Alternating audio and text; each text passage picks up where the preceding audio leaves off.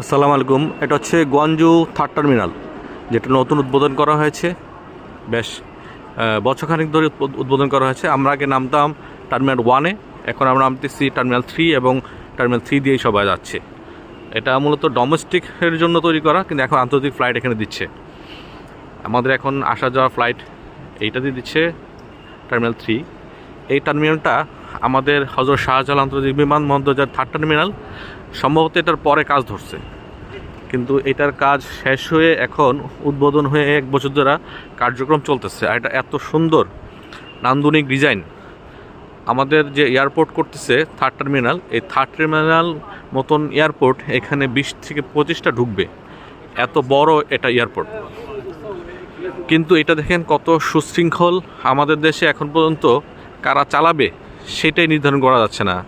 Japan চালাবে না America চালাবে নাকি বিমান বাংলাদেশ চালাবে, কে চালাবে এখন পর্যন্ত আমরা সেটা ডিসাইড করতে পারতেছি না। কিন্তু দেখেন তাদের বিমানবন্দর তারাই কমপ্লিট করছে, তারাই আবার চালাচ্ছে। তাদের কাছ থেকে মানে কোনো দেশের সাথে তাদের লিয়াজু করতে হয় না যে আপনারা বানায় দেন অথবা আপনারা চালাবেন আমরা চালাবো, এটা মারামারি পিটাপিটি। যেমন এই থার্ড টার্মিনাল দেখেন কত সুন্দর। এটা হচ্ছে 4 তলার উপরে আমরা আছি। এখানে ফোয়ারা, এই যে মাছ খেলা করতেছে, কত সুন্দর। এই এয়ারপোর্টের ভিতরে আপনি যদি 2-4 মাস 5 মাসও থাকেন কোনো সমস্যা নাই, এখানে থাকা খাওয়ার সুব্যবস্থা। পুরোটা এয়ারপোর্টই খুব নান্দনিক ডিজাইন।